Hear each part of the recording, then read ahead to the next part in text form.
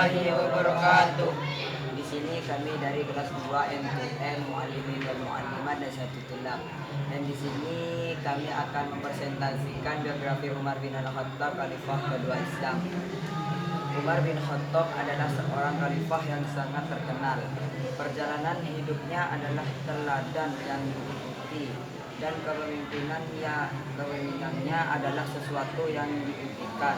Banyak orang saat ini memimpikan kiranya Umar hidup di zaman ini dan memimpin umat yang tengah kehilangan jati diri.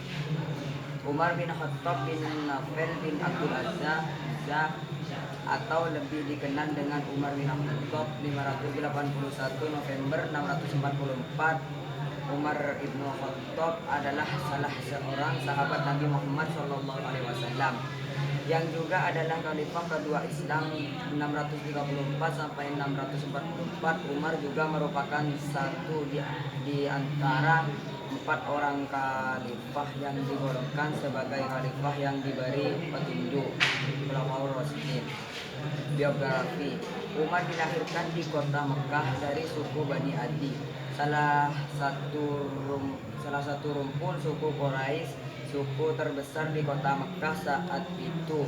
Ayahnya bernama Khattab bin Nufail al-Sim al-Quraisy dan ibunya Hantamah binti Hasim dari marga Bani Makhzum.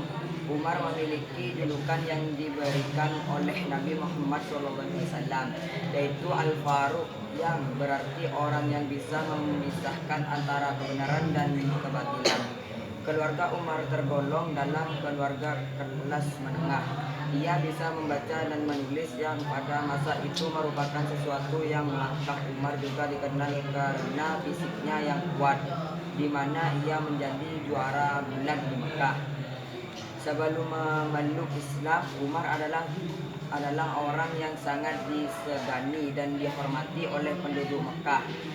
Sebagaimana tradisi yang dijalankan oleh kaum jahiliyah Mekah saat itu, Umar juga mengubur putrinya hidup-hidup sebagai bagian dari pelaksanaan adat Mekah yang masih barbar.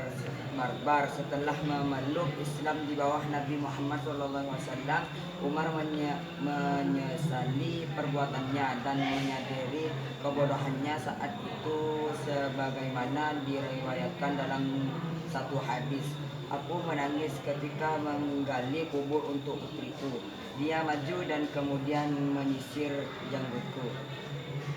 Umar juga dikenal sebagai seorang peminum berat. Beberapa catatan mengatakan bahwa pada masa pra-Islam jahiliyah, Umar suka meminum anggur. Setelah menjadi seorang muslim, ia tidak menyentuh alkohol sama sekali. Meskipun belum diturunkan larangan minum khamar yang memabukkan secara tegas.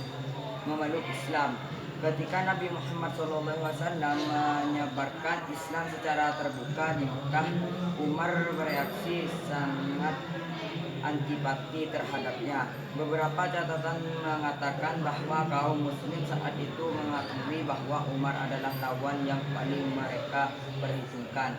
Hal ini dikarenakan Umar yang memang sudah mempunyai reputasi yang sangat baik sebagai ahli strategi perang dan seorang prajurit yang sangat tangguh pada setiap peperangan yang ia lalui. Umar juga dicatat sebagai orang yang paling banyak dan paling sering menggunakan kekuatannya untuk menyiksa pengikut Nabi Muhammad SAW. Kehidupan di Madinah. Pada tahun 622 Masehi, Umar ikut bersama Nabi Muhammad SAW dan pemeluk Islam lain berhijrah migrasi ke Tasrib, sekarang Madinah. Ia juga terlibat pada perang Badar, Uhud, Khaybar serta penyerangan ke Syirah. Pada tahun 625, putrinya Hafsah menikah dengan Nabi Muhammad SAW.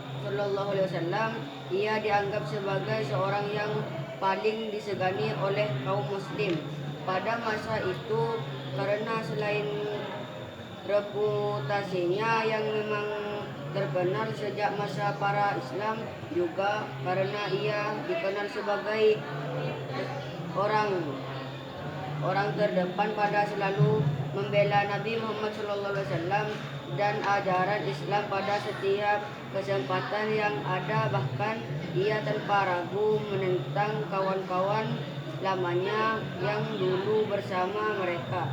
Ia ikut menyiksa para pengikut Nabi Muhammad SAW. Wafatnya Nabi Muhammad. Pada saat kabar wafatnya Nabi Muhammad SAW pada 8 Juli 630 Masehi atau 12 Rabiul Awal tanggal 10 Hijrah, suasana lebih dan haru menyelimuti kota Madinah.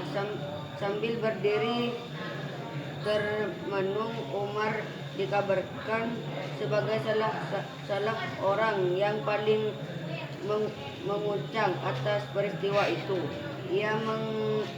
Ia menghabat siapapun memandikan atau menyiapkan jasadnya untuk pemakaman. Akibat ia terima. Umar berkata, sesungguhnya beberapa orang munafik mengapa bahwa Nabi Muhammad SAW telah wafat.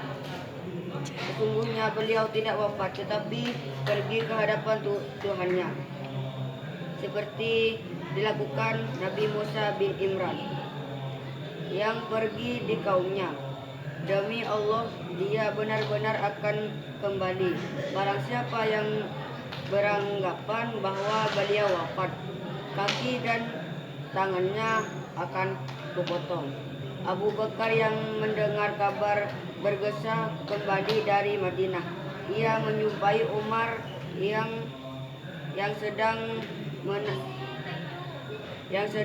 menahan muslim yang lain dan lantas mengatakan, Masa kekhalifahan Abu Bakar. Pada masa Abu Bakar menjabat sebagai khalifah, Umar merupakan salah satu penasehat kepalanya. Setelah meninggalnya Abu Bakar pada tahun 634, Umar ditunjuk untuk menggantikan Abu Bakar sebagai khalifah kedua dalam sejarah Islam. Menjadi khalifah, selama pemerintahan Umar, kekuasaan Islam tumbuh dengan sangat besar. Islam mengambil alih Mesopotamia dan sebagian Persia dari tangan dinasti Sasanid dari Persia yang mengakhiri masa kekaisaran Sasanid, serta mengambil alih Mesir, Palestina, Syria, Afrika Utara dan Armenia dari kekaisaran Romawi. Saat itu ada dua negara adidaya, yaitu Persia dan Romawi. Namun keduanya telah ditaklukkan oleh Khalifah Islam di bawah pimpinan Umar. Wafatnya Umar bin Khattab dibunuh oleh Abu Lu'lu' Fairuz, seorang budak yang fanatik pada saat ia akan memimpin salat subuh. Fairuz adalah orang Persia yang masuk Islam setelah Persia ditaklukkan Umar. Pembunuhan ini konon dilatarkan belakangi dengan dendam pribadi Abu Lu'lu' terhadap Umar. Fairuz merasa sakit hati atas kekalahan Persia yang saat itu merupakan negara adidaya oleh Umar. Peristiwa ini terjadi pada hari Rabu 25 Dzulhijjah 223 Hijriah atau 644 Masehi. Setelah wafat, jabatan khalifah dipegang oleh Utsman bin Affan. Semua Umar masih hidup. Umar meninggalkan wasiat, yaitu 1. Bila engkau menemukan celah pada seseorang dan engkau hendak mencacinya. 2. Bila engkau hendak memusuhi seseorang, maka musuhilah barumu, karena tidak ada musuh yang lebih berbahaya terhadap selain perut. 3. Bila engkau hendak memuji seorang, pujilah Allah, karena tiada seseorang manusia pun lebih banyak dalam memberi kepadamu dan lebih santun lembut kepadamu selain Allah. 4. Jika engkau ingin meninggalkan sesuatu, maka tinggalkanlah kesenangan dunia. 5. Bila engkau bersiap-siap untuk sesuatu, maka bersiap-siaplah untuk mati. 6. Bila engkau ingin menuntut sesuatu, maka tuntutlah akhirat, karena engkau tidak akan memperoleh kecuali dengan mencarinya. Ada beberapa gelintir orang yang tidak menyukai khalifah. Yang mulai ini mereka mengatakan Al-Faruq telah mencuri Ali. Menurut mereka, Ali bin Abi Thalib lebih banyak dan lebih pantas dibandingkan untuk menjadi khalifah pengganti Nabi.